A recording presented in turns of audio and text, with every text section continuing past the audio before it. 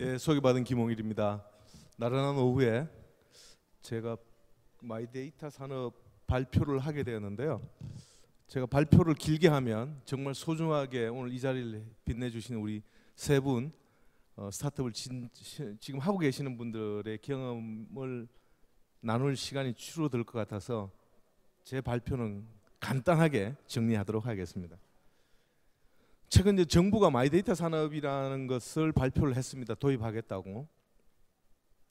근데 이제 마이데이터 산업이 뭘까라고 고민을 해보면 그런 것 같아요. 모든 금융이라는 게 기본적으로는 이제까지는 통계적인 법칙에 따라서 미래를 예측을 한 거죠. 과거의 경험치를 가지고 통계를 가지고 사람들이 이렇게 할 것이고 좋아할 것이고 리스크가 분석이 된 건데, 마이데이터 산업이라는 걸 통해서는 결국 통계가 아니라, 통계 분석이 아니라 사람의 행태 분석을 할 수 있는 시대가 열렸다라고 저는 생각을 합니다. 어디?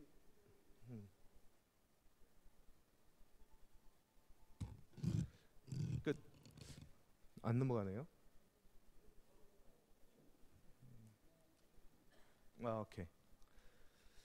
다시 뭐 정리를 제가 간단하게 정리하면, 통계 분석이 아니라 행태 분석을 하는데, 행태 분석을 하는 그 기반에는 물론 인공지능이라는 것도 있겠습니다만, 그런 행태 분석을 할 수 있게끔 만들어주는 정보가 무한정으로 분석되고 수집되고 분석될 수 있다는 것 같습니다. 그리고 그 분석된 정보들이 이제까지는 기관들, 수집하는 기관, 그 은행이라든지 또는 뭐 의료기관들도 마찬가지고요. 그런 기관들에 의해서 수집되고 가공되고 분석되어서 활용이 되었다면, 이러한 모든 일련의 과정들이 결국에는 본인인데 넘어간다는 거죠. 모든 의사결정 주체들이, 권한들이. 그래서 그렇게 함으로써 결국에 내가 무엇을 할지, 내가 무엇을 했는지를 기관이 아는 것이 아니라 본인이 그러한 행동들을 어떻게 했는 것을 자기가 의사결정권을 가지고 분석할 수 있다는 것 같습니다. 물론 이런 마이데이터 산업 관련돼서는 뭐 논리적으로 보면 빅 브라더스, 사람을 통제할 수 있는 어떤 기초가 될 수도 있을 것 같습니다. 그래서 부정적인 시각들도 분명히 존재를 하고 있는데, 아직 한국은 부정적인 시각을 논하기 이전까지, 논할 수준까지도 아니라는 게 가장 큰 문제인 것 같아요. 중요한 거는 그런 정보들을 제공한 개인들은 활용에 있어서 배제되고 있다. 그래서 유럽 같은 경우에도 과연 뭐 GDPR 같은 제도들을 준비를 하고 있고, 그러면 한국은 어떻게 할 것인지 정말 고민해야 될 시점인 것 같습니다. 그래서 마이데이터의 핵심 산업인 개인 데이터는 경제적 가치가 무궁무진하다는 이유는, 가장 기본적으로는 내가 한 행동들을 누군가는 분석해서 나도 모르는 것들을 결정해 줄 수 있고 추천해 줄 수 있다는 것 때문에 무궁무진해지는 것 같아요. 제가 오늘 여기서 차를 타고 왔을 때 어디서 차를 탔고 어떻게 갔고 그 사이에 어떤 카드를 결제했고 하는 그런 모든 것들이 하나하나가 데이터고, 데이터이며 그것이 돈이 된다는 겁니다. 이제까지 생각하지 않았던 새로운 상품들이 분명히 나올 수 있다는 게 마이데이터 산업의 가장 중요한 포인트인 것 같습니다. 뭐 이런 케이스도 있습니다. 주거, 교통, 통신, 기타 모든 데이터들을 저장, 관리해주는 온라인 환경을 제공해주는 마이덱스라는 산업도 있고요.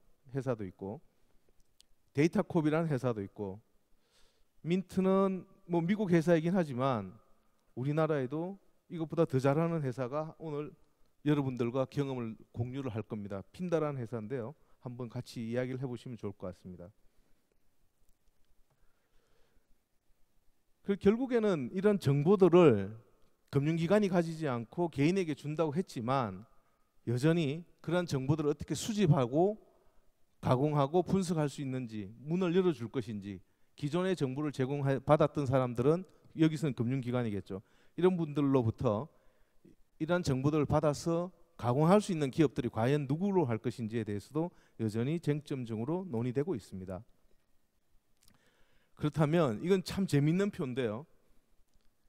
하나의 부처에서 만드는 데이터 산업이라고 하는 산업 하나를 육성하기 위해서 그 법만 바꾸었으면 될 거냐라는 질문이 근본적으로 제기됩니다. 그래서 우리 여기 보면 국가법령정보센터에서 진흥, 보호, 육성, 이용 이거 제가 다른 분들 구태현 변호사님 발표한 거를 제가 그대로 인용을 했습니다. 보면 이렇게 많은 진흥과 보호와 육성이 되고 있는데 법률이 들어가 있는데 과연 지금 진흥되고 있고 육성되고 있는 법들이 있느냐라는 것에 대해서는 상당히 의문점이 있습니다. 그래서 예를 들어 개인정보보호법을 바꾼다고 해서 정보보호 규제 관련해서 개인정보보호법을 바꾼다고 해서 기존의 전통적인 산업 규제인 전자금융거래법이라든지 지주회사법이라든지 은행법이라든지 또는 정보통신보호법이라든지 이러한 나름대로의 다른 법제에서 제한하고 있는 것들이 쉽게 풀릴 수 있을까 하는 기본적인 의문심도 있습니다.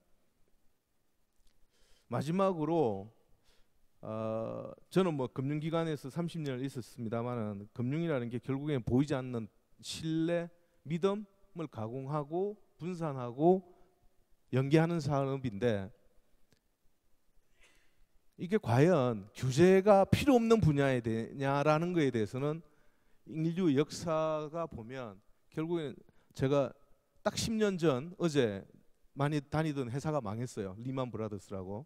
제가 미국 출장에 리만 브라더스 본사 출장 갔었는데 그때 리만 브라더스가 망했습니다. 결국에는 인간의 탐욕이라는 게 규제한다고 해서 없어지는 것도 아니지만 규제하지 않는다고 해서 도덕적으로 돌아갈 것이냐, 기술이 과연 그걸 대체할 수 있느냐라는 부분은 단순히 핀테크 또는 마이데이터 산업을 떠나서 우리가 인간이 인간에게 가지는 믿음을 어떻게 규제하고 부배분하고 활용할 수 있을지에 대한 철학적 논쟁이 정말로 필요한 부분이 아닌가 생각을 합니다. 그래서 제 발표는 이것으로 마치고 오늘 정말 소중한 세 분이 오셨습니다. 한국에서 가장 열심히 하고 계신 스타트업분인 세 분을 모시고 그분들의 경험을 공유하는 자리를 만들어 보겠습니다. 감사합니다.